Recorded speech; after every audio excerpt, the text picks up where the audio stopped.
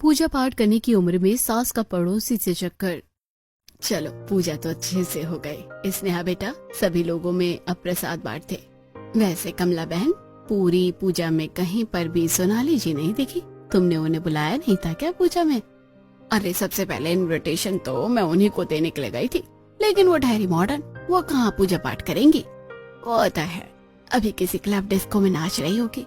बताओ भला पूजा पाठ वाली उम्र में डिस्को डांस करती है? ये नहीं कि जिंदगी के कुछ साल बचे हैं तो भगवान की आराधना करके कुछ पुण्य कमा ले, सारे पाप करके ही जाएगी ऊपर।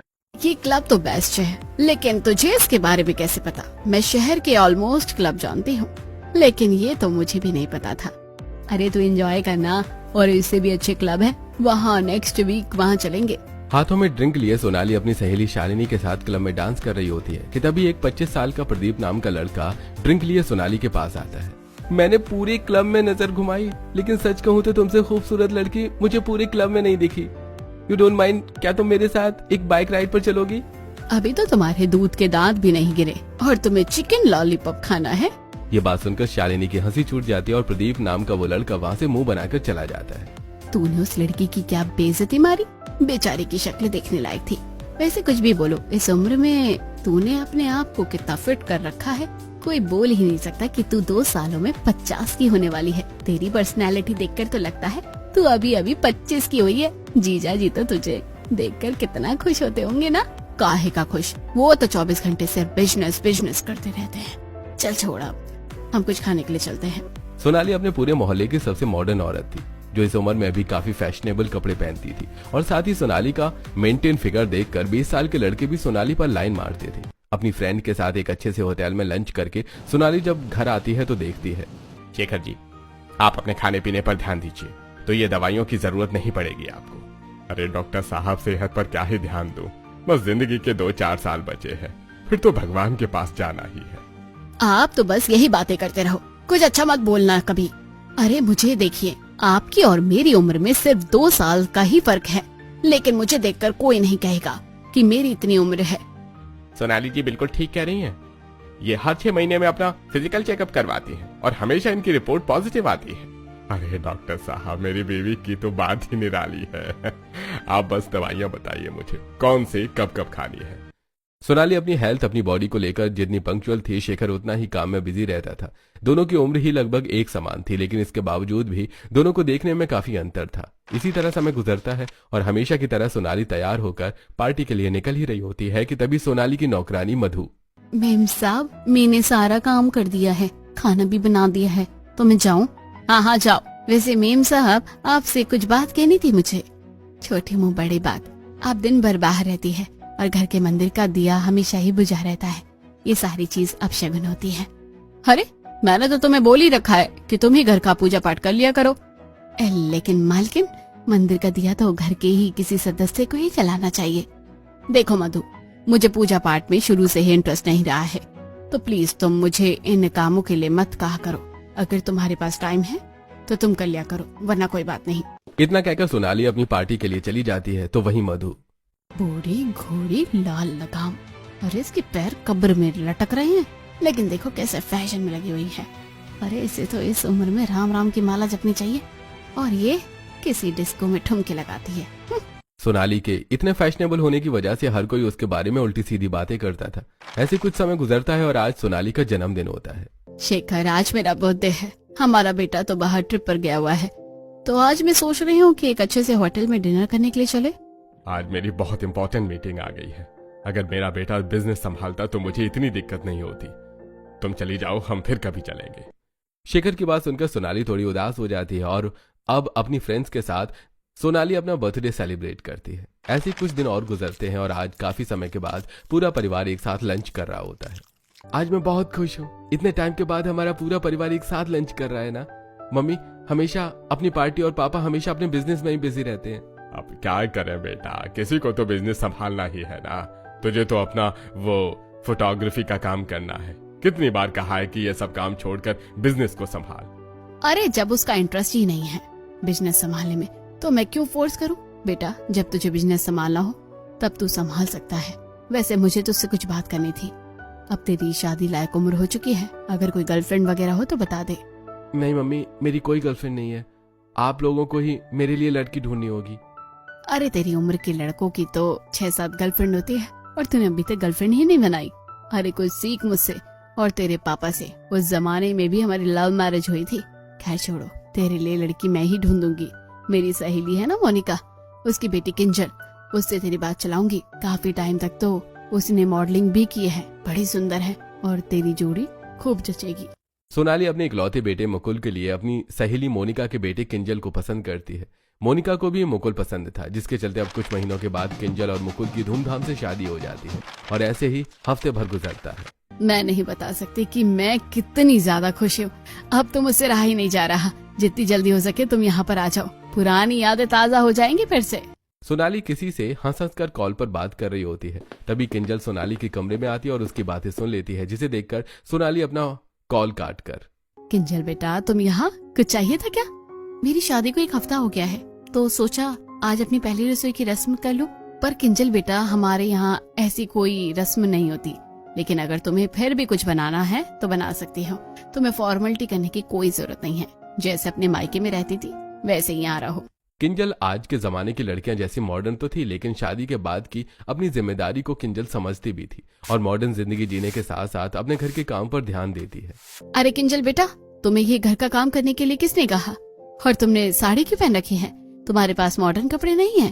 तो मुझे बताओ, मैं तुम्हें शॉपिंग करवाती हूँ। ऐसा नहीं है मम्मी जी, वो तो बस मुझे साड़ी पहनना अच्छा लग रहा है इसलिए मैं साड़ी पहनती हूँ। और रही कामकाज की बात, तो अपने घर का काम करने में भला क्या ही दिक्कत? तुम्हें देखकर तो लगता नहीं कि तुम मोनिका की बेटी हो। खैर तुम्हें जो करना है करो, मैं तुम्हें किसी चीज के लिए फोर्स नहीं करने वाली। इतना कहकर सोनाली वहां से चली जाती है और किंजल के आने के काफी समय के बाद घर के मंदिर की अच्छे से साफ सफाई होती है। मधु तुम क्या मंदिर की साफ सफाई नहीं करती हो? और ये दिया, इसे देखकर तो लग रहा है कि इसमें कई हफ्तों से तेल नहीं डाला गया है। छोटी मालकिन, हमें क्या बताऊं आपको, बड़ी मालकिन तो कभी पूजा पाठ नहीं करती है। मेरी सास तो मेरी माँ से भी ज्यादा मॉडर्न है। कम से कम मेरी माँ पूजा पाठ तो कर लिया करती थी। इसी तरह समय गुजरता रहता है और आज फिर से बालकनी में खड़ी होकर सोनाली किसी से हंस हंस कर बातें कर रही होती है, जिसे देखकर किंजल, उस दिन भी माँ जी किसी से इसी तरह से हंस हंस कर बात कर रही थी। कहीं मेरी सास का कोई बॉयफ्रेंड तो नहीं? वैसे भी मेरी सास कितनी ज्यादा मॉडर्न है और आजकल तो जवानों से ज्यादा बूढ़े लोगों का अफेयर चलता है। ऐसे ही कुछ हफ्ते गुजर जाते हैं। सोनाली के पड़ोस में ही आज एक नया परिवार रहने के लिए आता है। सभी लोग जैसे ही गाड़ी से उतरते हैं तो उसमें मौजूद एक रंजीत नाम का आदमी, जिसकी उम्र लगभग शेखर के बराबर ही थी, वो दिखने में काफी ज्यादा हैंडसम और मस्कुलर था, जिसे देखकर आस पड़ोस की औरतें, अरे कमला, जरा इस आदमी को तो देख, कितना ज्यादा हैंडसम है, किसी फिल्मी हीरो जैसा लग रहा है। इस उम्र में भी क्या कोई इतना हैंडसम हो सकता है? आज पड़ोस की सभी औरतें रंजीत पर नजर गाड़े देख रही होती हैं, जिसे देखकर रंजीत की बहू माला, देख रहे हो रोहन, कैसे सभी औरतें पापा जी को घुर घुर कर देख रही हैं। दिखेंगे भी क्यों नहीं, मेरे पापा हैं, कोई नहीं कह सकता कि ये 50 साल के हैं। पूरा परिवार अपने घर के अंदर चला जाता है और थोड़ी देर बाद एक औरत उनका दरवाजा खटखटाती है और माला जैसे दरवाजा खुलता है तो, मैं आपकी पड़ोसन यही सामने वाले घर में रहती हूँ। आप लोग अभी नए आए हैं ना, तो मैंने सोचा आपके लिए कुछ खाना ले आऊं। अभी तो आपने शिफ्टिंग भी नहीं करी होगी। थैंक यू सो मच, लेकिन हमने थोड़ी देर पहले ही बाहर से खाना ऑर्डर किया है। इतना कहकर माला दरवाजा बंद करती है कि तभी फिर से एक और पड़ोसन हाथों में खाना दिए दरवाजे पर खड़ी होती है, जिसे देखकर, आपका बहुत बहुत शुक्रिया, लेकिन हमने खाना ऑर्डर कर लिया है। पता है मुझे कि ये सिर्फ बहाने से मेरे ससुर जी को देखने के लिए आ रही हैं। माला फिर से दरवाजा बंद करती है और तभी दोबारा दरवाजे पर खटखट होती है और इस बार माला जैसे दरवाजा खोलती है तो देखती है कि सामने सोनाली खड़ी है। हमने कहा तो सही, हमें किसी से कुछ नहीं चाहिए। आप लोग प्लीज जाइए, हमें आराम करने दीजिए। मैंने तो मेकअप कुछ कह दिया, वैसे रंजीत अंदर ही है ना? सोनाली अब डायरेक्ट अंदर आ जाती है और जैसे ही रंजीत और सोनाली एक दूसरे को देखते हैं तो खुशी से वो एक दूसरे के गले लग जाते हैं। ये देखकर माला और रोहन, अरे पापा जी, आप जानते हैं इन्हें? मैं और सोनाली कॉलेज टाइम के दोस्त हैं। वैसे सोनाली, शेखर का क्या हाल चाल है? अब क्या ही बताऊं रंजीत, शेखर तो 24 घंटे अपने काम में बिजी रहते हैं। अच्छा, वैसे ही जैसे वो कॉलेज में पढ़ाई में बिजी रहता था।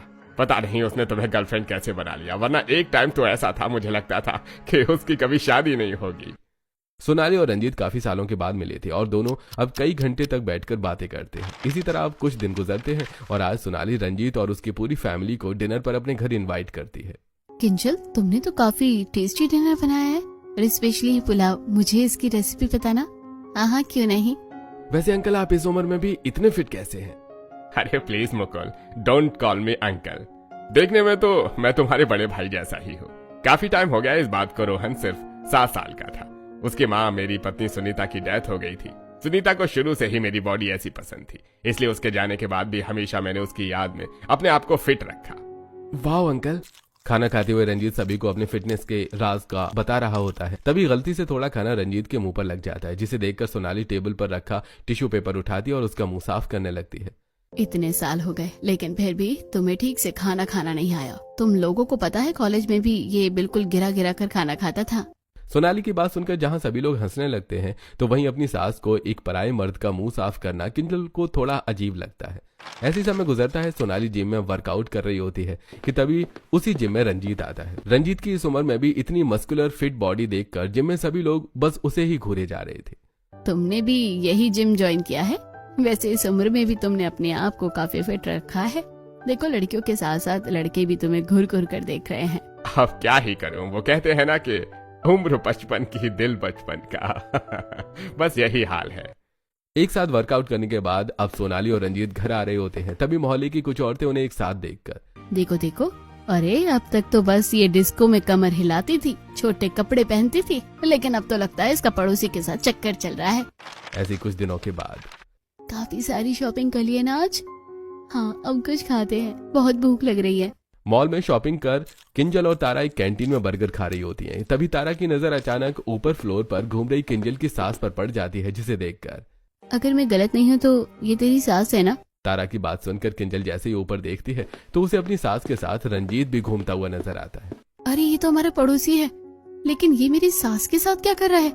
पता है तारा, कॉलेज टाइम में ये दोनों और पापा जी काफी अच्छे दोस्त थे। मुझे तो यहाँ दोस्ती से ज्यादा कुछ और लग रहा है। अपनी सास पर नजर रख किंजल।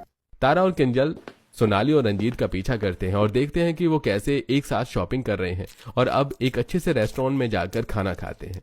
बहुत मजा आया ना सोनाली? मुझे तो अपने कॉलेज के दिन याद आ गए कि कैसे हम क्लास बंक करके घूमने चलते थे। तुम्हारे साथ तो बिताए हुए दिन तो मैं कभी भूल नहीं सकती।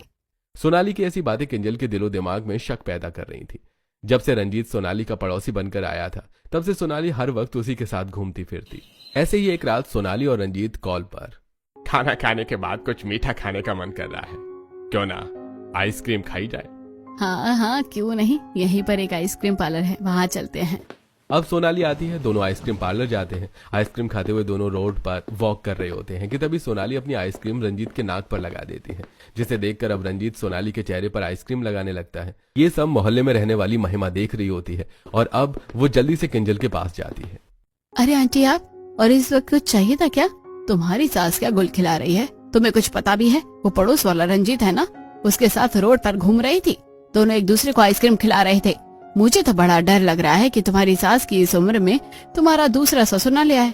महिमा एक की दो लगाकर बोलती है, जिसे सुनकर किंजल को भी थोड़ा अजीब लगता है। और जब किंजल देर रात तक अपने ससुर को लैपटॉप पर काम करता हुआ देखती है तो, एक पापा जी है जो देर रात इतनी मेहनत करते हैं और एक मम्मी जी है जो इस उम्र में पड़ोसी के साथ चक्कर चला रही हैं। सोनाली अब अपनी बहू की नजरों में खटकने लगी थी।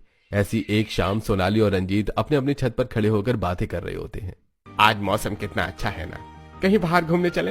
हाँ हाँ, क्यों नहीं, एक नई मूवी रिलीज हुई है, वही देखने चलते हैं। सोनाली की छत पर रखी टंकी के पीछे बैठ किंजल उनकी बातें सुन रही होती है। अच्छा, तो इन दोनों का मूवी देखने का प्लान है, अभी जाकर पापा जी को बताती हूँ। इससे पहले किंजल कुछ करती कि तभी एक कबूतर किंजल के सिर पर बीट करके चला जाता है। इस कबूतर को भी क्या मुझ पर ही हगना था कि मेरा सर है, कोई संडास नहीं। अब बिना देरी करे किंजल जल्दी से नीचे कमरे में बैठ अपने ससुर जी के पास जाती है। क्या हुआ तुम्हें बहू, और ये तुम्हारे सर पर क्या है? पापा जी ये सब छोड़िए, आपको पता है आज मम्मी जी का उस पड़ोसी रंजीत के साथ एक मूवी देखने का प्लान है। वो लोग एक दूसरे के साथ कुछ ज्यादा ही वक्त बिता रहे हैं। पता है आस पड़ोस के लोग बातें बनाने लग गए हैं। बेटा हम तीनों तो कॉलेज टाइम के अच्छे दोस्त हैं, तुमको ज्यादा ही सोच रही हो। ऐसा नहीं है पापा जी, मैं सोच रही हूँ मम्मी जी को संभाल लीजिए, देरी ना हो जाए। किंजल की ऐसी बातें अब शेखर के दिल में भी शक पैदा करने लगती हैं। ऐसे ही एक दिन, तुम्हें ये वाली फोटो याद है? इस फोटो के पीछे कितना हंगामा हुआ था। कैसे भूल सकता हूँ मैं। और ये वाली फोटो देखो, ये होली के दिन की है ना, तुम्हें याद है कैसे अपने सर को होली के दिन सड़े हुए अंडे फेंक कर मारे थे? महीने भर तक उनके शरीर से बदबू आ रही थी। एक साथ अपने कॉलेज टाइम की फोटो एल्बम देख रहे होते हैं, जिसे देखकर किंजल अपने कमरे की खिड़की से दूरबीन लगाकर रंजीत के घर को देख रही होती है। देखो कैसे एक दूसरे के साथ चिपक कर बैठकर फोटो एल्बम देख रहे हैं। एक काम करती हूँ, माला को बताती हूँ। किंजल जब इस बारे में माला को बताती है तो ये सब कॉलेज टाइम की फ्रेंड है और आज के टाइम पर तो ये सब नॉर्मल है। तुम कुछ ज्यादा ही सोच रही हो। इसे तो अपने घर की इज्जत की नहीं पड़ी, पर मुझे पड़ी है। किंजल अब एक नॉर्मल बहू से स्पाई बहू बनती है और रंजीत सोनाली पर कड़ी नजर रखती है। किंजल लेदर की जैकेट, पैंट, कैप पहने और मुंह को मास्क से ढक रखा है और गाड़ी के पीछे छुपकर आज भी मम्मी जी इसी रंजीत के साथ घूमने के लिए आई हैं। रंजीत और सोनाली अम्यूजमेंट पार्क में घूमने के लिए गए होते हैं और किंजल अपना भेष बदलकर उनका पीछा करती है। तभी चलते चलते किंजल गलती से एक कुत्ते की पूंछ पर पैर रख देती है और अब वो कुत्ता किंजल के पीछे भागने लगता है। ये कुत्ता कहाँ से मेरे पीछे पड़ गया? क्यों भगा रहा है इतना? रुक जा भाई। किंजल बड़ी मुश्किल से उस कुत्ते से बचकर घर आती है और अब किसी कुत्ते की तरह ही हांफने लगती है, जिसे देखकर सोनाली, क्या हुआ? ऐसे हाफ क्यों रही हो? और ये तूने किसी सीक्रेट स्पाई की तरह कपड़े क्यों पहने हैं? पता है मुझे घर आए आधा घंटा हो गया है। कहाँ थी तू? किंजल अब क्या ही बताती कि वो क्या कर रही थी। रंजीत और सोनाली की बढ़ती नजदीकियों को शेखर देखने लगा था, जिसे देखकर आज तक कभी योगा तक नहीं करने वाला शेखर जिम ज्वाइन करता है। रंजीत को देखकर शेखर 30 किलो का डंबल उठाने लगता है तो डंबल को उठाते उठाते खुद ही गिर जाता है। अरे शेखर भाई, कहीं डंबल उठाते उठाते तो ही भगवान को प्यारा ना हो जाइयो। ये आपके बस की बात नहीं है, आप रहने दीजिए। सोनाली और रंजीत की ऐसी बातें सुनकर शेखर को काफी गुस्सा आता है। ऐसे ही एक दिन रंजीत सोनाली फोन में बातें कर रहे होते हैं और जब वो बातें करके उठते हैं तो जल्दी जल्दी किंजल आती है और सामने टेबल पर रखा फोन उठाकर रिकॉर्डिंग चेक करने लगती है, जो उसने काफी देर पहले से ऑन करके रखी थी। ये तो सिर्फ पूरी रिकॉर्डिंग में ऐसे ही हंस रही है, कोई भी इनकी ऐसी बातें नहीं है। अब क्या करूं? किंजल अपनी सास और रंजीत पर कड़ी नजर रखती है, लेकिन कोई भी पुख्ता सबूत उनके हाथ नहीं लगता। ऐसे ही एक दिन जब सोनाली रंजीत से कॉल पर बात कर रही होती है तो मुझे तो यकीन ही नहीं हो रहा कि अब हम अकेले एक साथ रहेंगे और कोई हमें डिस्टर्ब नहीं करेगा। बस कुछ दिन और। मैंने तो थोड़ी थोड़ी पैकिंग भी शुरू कर दी है शिखर, सबसे छुपा कर। सोनाली की ऐसी बातें दरवाजे के बाहर खड़ी होकर किंजल सुन लेती है। इसका मतलब अब माजी और रंजीत एक साथ रहेंगे। मुझे माला से इस बारे में बात करनी होगी। किंजल अब जल्दी से माला के घर आती है और जब उसे सारी बात बताती है तो लगता है तुम कुछ ज्यादा ही क्राइम सीरीज देखती हो, तभी तुम्हारा दिमाग ये सब उल्टे सीधे में चलता है। माला का ऐसा जवाब सुनकर किंजल मुंह बनाकर चली जाती है, लेकिन जब अपने ससुर के कमरे की सफाई कर रही होती है तो उसे वहाँ कुछ प्रॉपर्टी के पेपर दिखते हैं। ये प्रॉपर्टी के पेपर किसके हैं? इससे पहले माला उन पेपर से अच्छे से पढ़ पाती तभी कमरे में रंजीत आ जाता है और माला वहां से चली जाती है और इसी के साथ माला के अंदर से रंजीत और सोनाली को लेकर शक पैदा होने लगता है। ऐसे एक शाम रंजीत और सोनाली एक पार्क में बैठे होते हैं। यहाँ का नजारा कितना खूबसूरत है ना। एक बात, अभी कॉलेज में तुम मेरी इकलौती क्रश थी। अगर तुम शेखर की गर्लफ्रेंड नहीं होती ना तो मैं तो सीधा तुमसे शादी के लिए ही प्रपोज करता। अच्छा जी, कोई बात नहीं, अगले जन्म में देखते हैं। वैसे भी मैं एक बात कहूँ, जब से तुम आए हो तब से मैं भी बहुत खुश रहने लगी हूँ। ऐसा लगता है कि सही मायने में मेरा भी कोई दोस्त है जो मुझे समझता है।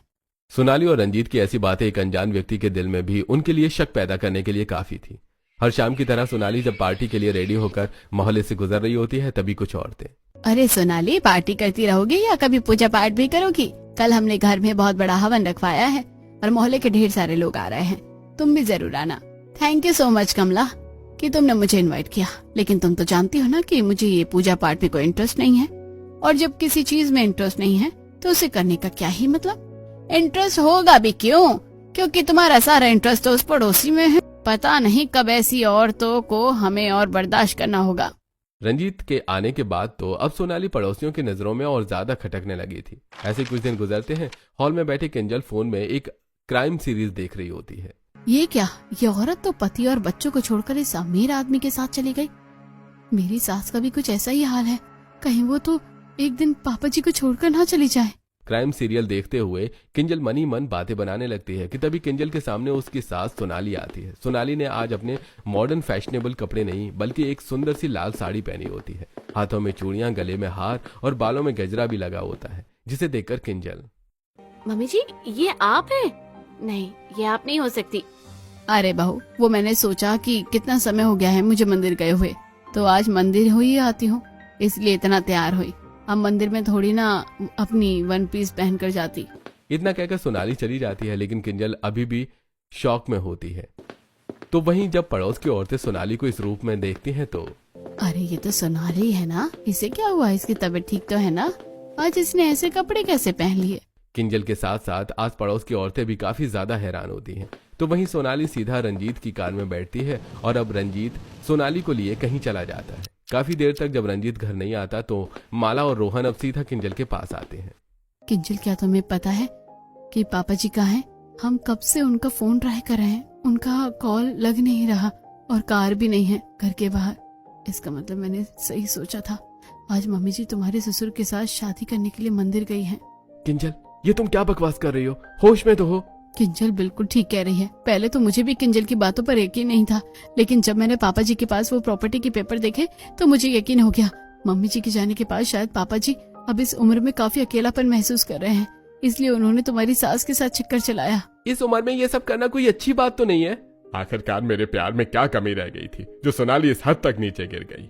1 मिनट पापा जी, कार मेरे फोन से कनेक्टेड है तो हम जीपीएस के थ्रू पता लगा सकते हैं कि उनकी कार की लोकेशन कहाँ है इस वक्त। रोहन अपना फोन ऑन करता है और जीपीएस से अपने पिता की गाड़ी को ट्रैक करता है और अब वो सभी गाड़ी में बैठकर सीधा उस लोकेशन पर पहुंचते हैं और देखते हैं कि वहां एक सुंदर सा घर है जो फूलों से सजा हुआ है। ये देखकर किंजल, भगवान, इन लोगों का तो घर भी तैयार हो गया। इसका मतलब अभी शादी करके यहीं रहेंगे। सोनाली, तुमने क्यों किया मेरे साथ ऐसा? मैं तुम्हें कभी माफ नहीं करूंगा। पूरा परिवार अब जल्दी से अंदर जाता है और देखता है कि अंदर पूजा का कुछ सामान और हवन कुंड है। तो वहीं रंजीत और सोनाली हवन कुंड के पास बैठे हैं और जैसे उनकी नजर अपने परिवार वालों पर पड़ती है तो अरे आप लोग यहाँ, वो भी एक साथ। पापा जी क्या हुआ? हम लोग सही वक्त पर आ गए हैं तो इसलिए आपको दुख हो रहा है? आपको शर्म नहीं आई इस उम्र में अपने पड़ोसी के साथ चक्कर चलाते हुए? अरे मैं तो आज के जमाने की हूँ और आपसे कहीं ज्यादा मॉडर्न हूँ, लेकिन फिर भी मैंने अपनी मर्यादा नहीं लांगी। आपको शर्म नहीं आई पापा जी को धोखा देते हुए? तुम्हारा दिमाग तो नहीं खराब हो गया है? ये क्या बकवास कर रही हो तुम? मेरा और रंजीत का चक्कर है? किसने कहा तुम्हें? मैंने खुद अपनी आंखों से देखा है कि आप लोग कैसे पूरा पूरा दिन एक साथ घूमते थे, एक दूसरे को अपने हाथों से खाना खिलाते थे, यहाँ तक कि गले भी मिलते थे। सोनाली, क्या कमी रह गई थी आखिरकार मेरे प्यार में जो तुम इस हद तक नीचे गिर गई? और रंजीत, तुम तो मेरे अच्छे दोस्त थे ना। और अरे हमारा नहीं तो कम से कम अपने बहू बेटे का ही सोच लेते, उनको क्या इज्जत रह गई अब? अरे बस करो, आप लोग जो मन में आ रहा है बोले जा रहे हो। सच कहा है किसी ने कि इंसान जो देखता है उसे ही सच मान लेता है। हम यहाँ कोई शादी करने नहीं आए हैं, हम तो पंडित जी का इंतजार कर रहे हैं ताकि वो घर की सुख शांति के लिए पूजा कर सके। ये घर मेरा और सोनाली का नहीं बल्कि तुम्हारा और सोनाली का है। आपके पास तो कभी मेरे लिए वक्त ही नहीं था। आपको तो ये भी याद नहीं कि सालों पहले हमने एक वादा किया था कि जब हम बूढ़े हो जाएंगे तो हम एक सुख शांति वाली जगह पर अपने छोटे से घर में रहेंगे। मैंने सोचा कि तुम्हें तो याद नहीं है, मुझे तो याद है ना कि मैं ये वादा पूरा कर लेती हूँ। लेकिन अगर माँ ऐसी बात थी, आप लोगों ने हमें बताया क्यों नहीं? और इस पूजा में हम में से किसी को नहीं बुलाया? पंडित जी को आने में अभी काफी समय था, तो हम सोच रहे थे कि क्या बहाना करके तुम लोगों को यहाँ बुलाएंगे जिससे तुम्हें सरप्राइज मिल सके। सोनाली और मैं और शेखर कॉलेज टाइम पर काफी अच्छे दोस्त थे और आज भी हैं। हाँ, एक वक्त था जब मैं सोनाली को पसंद करता था, लेकिन जब उसकी शादी हुई तो मैंने सिर्फ उसे दोस्त की नजर से ही देखा। पर दुख तो मुझे इस बात का है कि आप लोगों को अपने घर के बड़ों पर इतना भी भरोसा नहीं है। रंजीत और सोनाली के मुंह से सारी सच्चाई सुनकर अब पूरा परिवार किंजल को घूर घूर कर देखने लगता है। तुम खुद तो शक की थी और हम सबके दिल में भी शक पैदा कर दिया। कम से कम मुझे तो इस बारे में बताती, तुमने तो हम सबको कितना शर्मिंदा किया। छोड़िए इस बात को, अगर किंजल की जगह हम भी होते तो शायद हमसे भी यही गलती होती। सोनाली, तुमने सच कहा, बिजनेस संभालने के चक्कर में मैंने तो कभी हमारे रिश्ते पर ध्यान ही नहीं दिया। शायद इसलिए तुम अपने आप को खुश रखने के लिए ये सब करती थी। मुझे माफ कर दो सोनाली, अब जब तक मेरी सांसें चल रही हैं मैं हमेशा तुम्हें टाइम दूंगा और खुश रखूंगा। शुभ शुभ बोलिए, भगवान करे आपको मेरी भी उम्र लग जाए। थोड़ी देर में पंडित जी आते हैं। अब सोनाली और शेखर मिलकर घर की सुख समृद्धि के लिए पूजा पाठ करते हैं और अब इसी घर में अपनी छोटी सी दुनिया बसा लेते हैं। तो वहीं किंजल सबसे माफी मांग लेती है और हफ्ते भर के बाद आज रंजीत अपने परिवार के साथ शहर छोड़कर जा रहा था। तुमने मेरी इतनी मदद करी और अब तुम वापस जा रहे हो, पता नहीं फिर कब मुलाकात होगी। सोनाली, इसमें मैं भी क्या ही कर सकता हूँ, मेरे बेटे का काम ही ऐसा है। लेकिन मैं तुमसे वादा करता हूँ, हर महीने तुम लोगों से मिलने जरूर आऊंगा।